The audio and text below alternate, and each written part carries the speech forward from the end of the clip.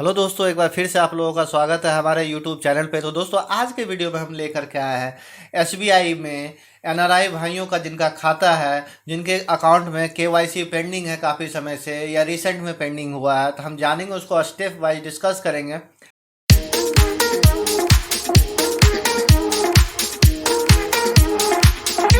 कैसे आप इस फॉर्म को सही सही भर करके इसके साथ में और कौन सा डॉक्यूमेंट्स लगा करके अगर आप ब्रांच विजिट नहीं करना चाहते हैं तो भी आप इसे अपने अकाउंट में सक्सेसफुली एक्टिवेट करवा सकते हैं। तो बिना देर के हुए हम बढ़ेंगे आगे इस वीडियो में, लेकिन उसके पहले मैं आपको यह बोलना चाहता हूं कि प्लीज़, अगर आप लोगों ने अभी तक मेरे चैनल को लाइक और सब्सक्राइब नहीं किया है तो प्लीज़ आप हमारे चैनल को लाइक और सब्सक्राइब कर लें, जिससे कि आपको ऐसी वैल्यूएबल वीडियो आपको समय समय पे मिलती रहे। तो चलिए, सबसे पहले मैं आपको ये बता दूं, यह जो फॉर्म है आपको एसबीआई के वेबसाइट पे उपलब्ध है। अगर किसी कारणवश अगर आप इसे नहीं ढूंढ पा रहे हैं तो आप प्लीज़ आप मुझे मेरे कमेंट बॉक्स में आप मैसेज ड्रॉप कर दें, मैं आपको उपलब्ध करवा दूंगा। अब इससे पहले वीडियो में आगे डिटेल्स वीडियो में बढ़ने से पहले मैं सबसे पहले आपको बता दूं इसके साथ आपको क्या क्या डॉक्यूमेंट्स लगने वाले हैं। हाँ, तो सबसे पहले मैं आपको बता दूं, देखो आइडेंटिफिकेशन प्रोसेस जो मैंने देखो जो हाईलाइटेड करके मैंने रखा है वो डॉक्यूमेंट्स आपको लगने वाले हैं। सबसे पहले, अगर आप परमानेंट एनआरआई होल्डर हैं तो आपके पासपोर्ट पे वो लिखा हुआ रहेगा, तो उस केस में आपको वीज़ा या वर्क परमिट की अगर आपको ज़रूरत नहीं पड़ेगी। लेकिन अगर आप परमानेंट एनआरआई होल्डर नहीं हैं, आप अगर सिर्फ वर्क परमिट के आधार पे आप गए हैं काम करने के लिए, तो फिर आपको वैलिड वीज़ा या उससे रिलेटेड आपको वर्क परमिट दिखानी पड़ेगी। कहने का मतलब है कि आपको फॉर्म के साथ में उसे सबमिट करना पड़ेगा। उसके बाद प्रूफ ऑफ आइडेंटिटी, कोई भी आप जो है सो, वैसे इसके अंदर जो माना जाएगा आपको पासपोर्ट आपको इसके साथ सबमिट करना पड़ेगा, उसके जेरोक्स कॉपी। टैक्स रेसिडेंसी, देखो मैंने ये वीडियो बेसिकली मैंने दुबई के ऊपर में रख करके बनाया है, यूनाइटेड अरब ऑफ अमीरात के लिए बनाया है। तो वहाँ पे तो टैक्स की ज़रूरत होती नहीं है, लेकिन आप जहाँ पे भी टैक्स पे कर रहे हैं आप वहाँ से रिलेटेड आप डॉक्यूमेंट दे सकते हैं। जैसे मैंने इसमें हाईलाइटेड किया है, document mentioning tax identification number, अगर आप नहीं है, या फिर देखो इसमें लिखा हुआ और फंक्शनल इक्विवेलेंट, इसका मतलब है कि आप पैन कार्ड को आप सबमिट कर सकते हैं।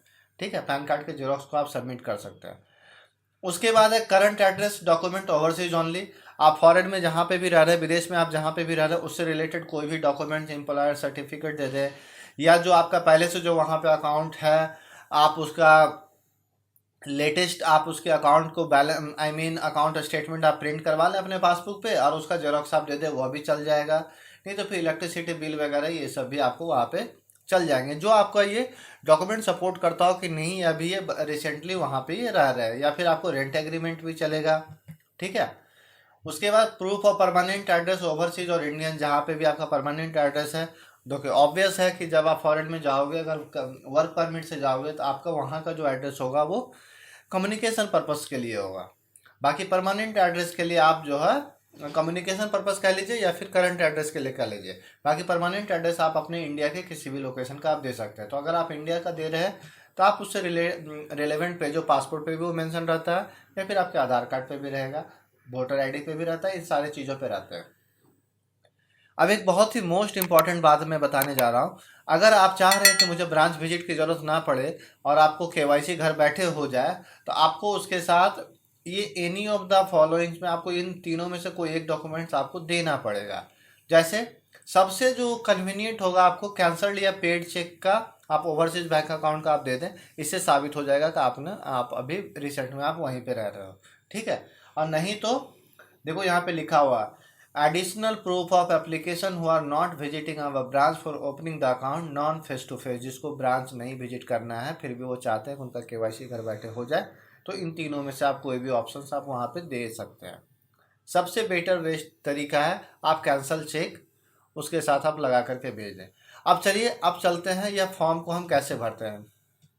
ठीक है, देखिए यह फॉर्म कुछ आपको दो दो पेज में भरा जाता है, 2 से 3 पेज में भरा जाता है। सबसे पहले आप यहाँ पे लिख दें, यहाँ पे ये लिखा हुआ above mention account is in operative for operationalisation of the same, please debit credit one from it. ये आपको चेक करना जरूरी है, क्योंकि इस केस में बैंक ऑफिशियल के द्वारा आपके अकाउंट से 1 रुपये का डेबिट या 1 रुपये का क्रेडिट आपको किया जाएगा आपके अकाउंट में, आपके अकाउंट से या आपके अकाउंट में से। ठीक है। उसके बाद पर्सनल डिटेल्स आपको आना है। पर्सनल डिटेल्स में आप अगर परमानेंट एनआरआई होल्डर है तो फिर आपको, जैसा मैंने बताया था वीडियो के पहले में, कि आपको इसके साथ वीज़ा की ज़रूरत नहीं पड़ेगी, वर्क परमिट की ज़रूरत नहीं पड़ेगी। मैंने जैसा मैं बताया हूँ कि मैंने यह वीडियो जो बनाया है दुबई के लिए, दुबई में जो काम कर रहे हैं, दुबई में जो रह रहे हैं उनके लिए बनाया है। तो उनके लिए यहाँ पे मैंने यहाँ पे टिक किया है पर्सन ऑफ इंडियन ओरिजिन या ओवरसीज सिटीजन ऑफ इंडिया, इनके लिए आपको वैलिड वर्क परमिट की ज़रूरत पड़ जाती है। उसके बाद नीचे आता है मैटर नेम, अगर कुछ है तो उसे भरे, नहीं है तो सिंपली आप उसे ब्लैंक छोड़ दें, ठीक है।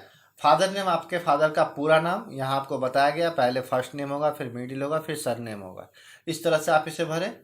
आपके माता जी का जो भी नाम है उसे भरें। आपके अगर मैं ऑब्वियस है ये माइनर तो वहाँ पे होंगे नहीं, जैसा कि मैंने बताया था कि वैलिड वर्क परमिट के लिए या फिर जो दुबई में परमानेंट रेसिडेंट होल्डर है उनके लिए है, या फिर मैं माइनर के लिए नहीं, ये ठीक है।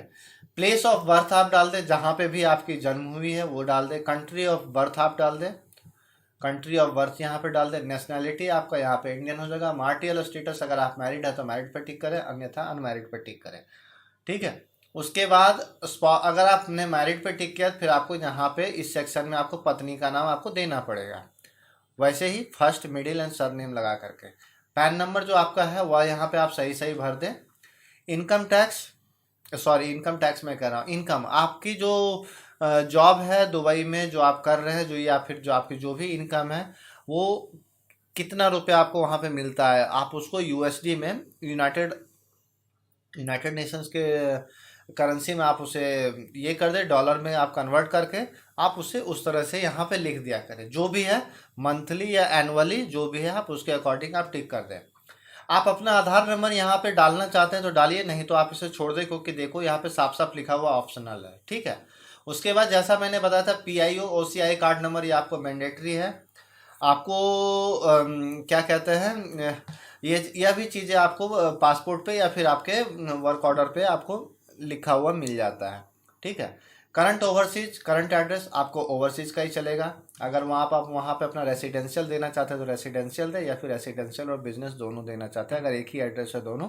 बहुत सारी जगह पे होता है कंपनी के बिल्डिंग में ही आपका घर हो तो आप वहाँ पे इस उस केस में आप रेसिडेंशियल और बिजनेस आप चूज कर सकते हैं, और वहाँ का जो भी एड्रेस है आप उसे भर दें। सिटी टाउन जो भी है आप यहाँ पे सही सही उसे भर दिया करें। परमानेंट एड्रेस देखो मैंने यहाँ पे इंडिया का एड्रेस, परमानेंट एड्रेस मैंने यहाँ पे अभी के लिए मैंने दोनों एड्रेस को मैंने सेम कर दिया है। यहाँ पे लिखा हुआ please tick if permanent and current address are same. अगर आपका अलग है तो आप यहाँ पे सिंपली आप यहाँ पे रेसिडेंशियल, बिजनेस या रजिस्टर्ड ऑफिस कोई भी आप एड्रेस यहाँ पे दे सकते हैं, और उसके अकॉर्डिंग आप यहाँ पे एड्रेस फिल कर सकते हैं इस सेक्शन में परमानेंट एड्रेस में, ठीक है। क्योंकि यहाँ लिखा हुआ है कि आपको ओवरसीज या इंडियन दोनों में से कोई एक चीज़ आप भर सकते हैं। उसके बाद जब मैंने चूज़ कर लिया कि मेरा परमानेंट एड्रेस और रेसिडेंस एड्रेस दोनों एक ही है, तो फिर इस चीज़ को भरने की ज़रूरत थी नहीं। आप अपना यहाँ पे मोबाइल नंबर यहाँ पे भर दें और अपना यहाँ पे ईमेल आईडी भर दें, ठीक है। उसके बाद आपको यहाँ पे एक ऑप्शन दिया गया है कि आपको अगर बैंक के द्वारा कोई भी चिट्ठी वगैरह, अगर कुछ भी लेटर वगैरह भेजा जाता तो आपको किस एड्रेस पे मिले, तो आप यहाँ पे सिंपली टिक कर सकते हैं परमानेंट एड्रेस, करंट एड्रेस, दोनों में से किसी पे भी टिक कर सकते हैं, जहाँ पे भी आपको बैंक की तरफ से कुछ भी अगर चाहिए हो तो। अब इसके बाद थोड़ा सा नीचे आएंगे, ये आपका देखो अगेन यहाँ पे आपको पासपोर्ट का डिटेल्स भरना है। पासपोर्ट डिटेल्स भर दीजिए, पासपोर्ट का इशू हुआ है, प्लेस ऑफ इशू कब है, नेशनलिटी क्या है, एंड वैलिड अप टू कब तक के लिए वैलिड है ये आपका पासपोर्ट। उसके बाद वीज़ा वर्क परमिट, जैसा मैंने बताया था ये आपको ज़रूरत पड़ जाएगी अगर आप परमानेंट पीआईओ या ओसीआई होल्डर्स हैं या स्टेटस है एनआरआई, तो उस केस में आपको इस सेक्शन को भरने की ज़रूरत नहीं है, अन्यथा आपको भरने की ज़रूरत है। यहाँ पे आपको अपना रिसेंट पासपोर्ट साइज़ का फोटोग्राफ चिपकाना पड़ेगा और इसके ऊपर क्रॉस साइन करनी पड़ेगी। इस फोटो के ऊपर क्रॉस साइन करने का मतलब है कि कुछ पार्ट आपको वाइट पोर्शन पे रहेगा, कुछ पोर्शन आपका फोटो के ऊपर में रहेगा, इस तरह से साइन होना चाहिए। क्रॉस साइन का मतलब ये होता है। आप थोड़ा सा नीचे आएंगे, आपको इसके साथ क्या क्या डॉक्यूमेंट्स आप सबमिट कर रहे हैं वह उसे आपको भरना मैंडेटरी है। तो मैंने प्रूफ ऑफ स्टेटस के लिए वर्क परमिट दे दिया है, ये आपको सबसे बेस्ट क्वालिफाई करता है कि आप अभी रिसेंट में क्या कर रहे हैं। प्रूफ ऑफ आइडेंटिटी आपका पासपोर्ट मोर देन एनफ है। प्रूफ ऑफ टैक्स रेसिडेंसी मैंने पैन कार्ड का नंबर दिया है। Current address, rent agreement, proof of permanent address, rent agreement, क्योंकि दोनों मैंने इसलिए चूज किया क्योंकि मैंने परमानेंट एड्रेस और रेसिडेंस एड्रेस मैंने दोनों एक ही चूज किया था। उसके बाद additional proof of application who are not visiting our branch for opening the account. आप इसे चूज कर सकते हैं, आप यहाँ पे लिख सकते हैं कैंसल चेक, आप लिख सकते हैं, ठीक है।